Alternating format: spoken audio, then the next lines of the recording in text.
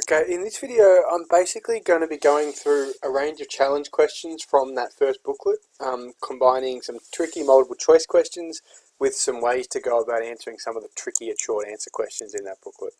So first things first, a couple of multiple choice questions. First question, a factor that will cause a movement along the supply curve to the left for music festival tickets. Whenever you hear the word supply curve, a movement to the left, okay, that's the same thing as saying a contraction in the supply curve. So we're looking at something that would cause a contraction in supply, and therefore we're looking at something that would cause a lower price. That's the logic you need to think. And when there's probably going to be a factor that causes the demand curve to shift to the left, because that's what causes a lower price of goods and services. So looking at the examples, an increase in the minimum wage, it's going to increase cost of production, so it's probably not that.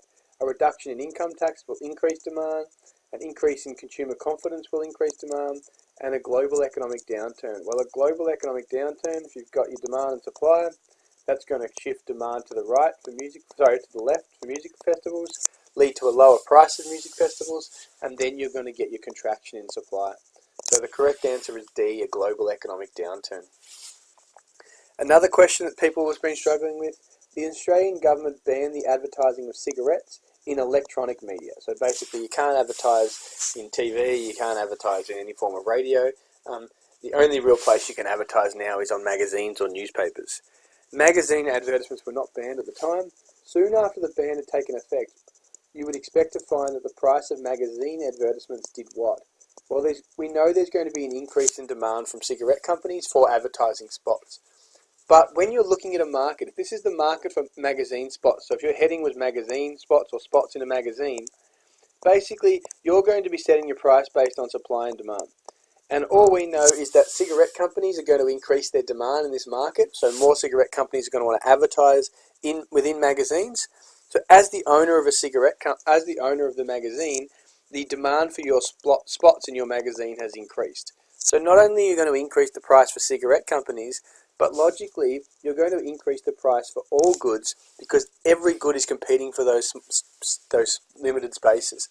As the producer, you only care about maximising your profits, and therefore you're going to give the slots to whoever can pay the most, and therefore you will raise the price for all goods and services. Which of the following will shift both the demand and supply curve to the left for the automotive industry? So we're looking for something that will increase cost of production probably, and something that will reduce demand. An increase in the population doesn't decrease supply. Tax cut given to all workers doesn't decrease supply. A decrease in interest rates does not shift supply to the left, and that also doesn't decrease demand. The increase in the price of the barrel of oil is the correct answer, because in the automotive industry it's going to reduce demand because people don't want to buy cars because they cost more to run, and so demand will shift to the left. And supply will shift to the left as well because you need oil in the production process. So you're going to end up at a point there with both demand and supply shifting to the left. Last question, a factor that could result in a movement along the supply curve to the right. So we're talking about an expansion in supply. What's something that causes an expansion in supply? Well, we're looking for something that causes a higher price and probably something that causes an increase in demand. And the correct answer to this question would be a news report that claims that almonds can increase a man's zinc levels. More men will want to buy almonds because they increase your zinc levels, and therefore that's likely to lead to an increase in demand and therefore higher price and expansion in supply. So the correct answer is B. Alright, now for some short answer questions. Some tricky short answer questions that you need to be able to get your head around moving forward. So first question, referring to the terms complement and substitutes. So you need to know what complements are and substitutes.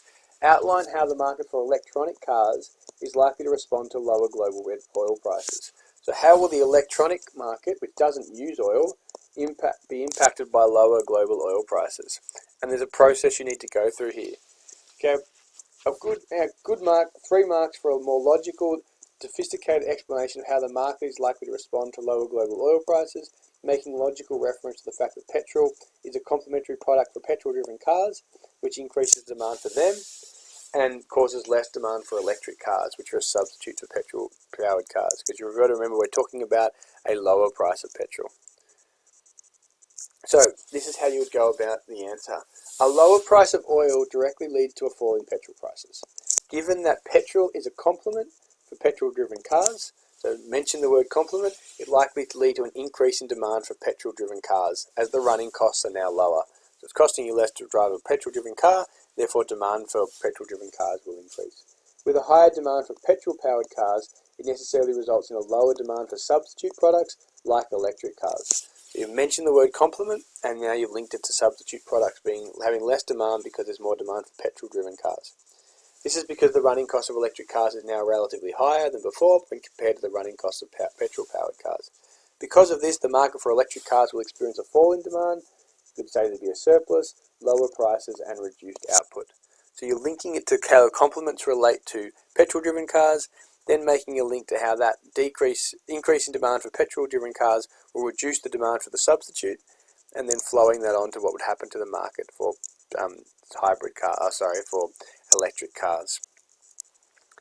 Another question that appeared in this booklet was, how could the government use the price mechanism to achieve allocative or intertemporal efficiency?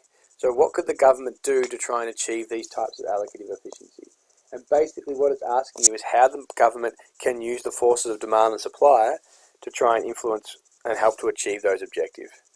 So essentially, consumers and producers are responsive to changes in prices and will act in a way that maximises their own welfare.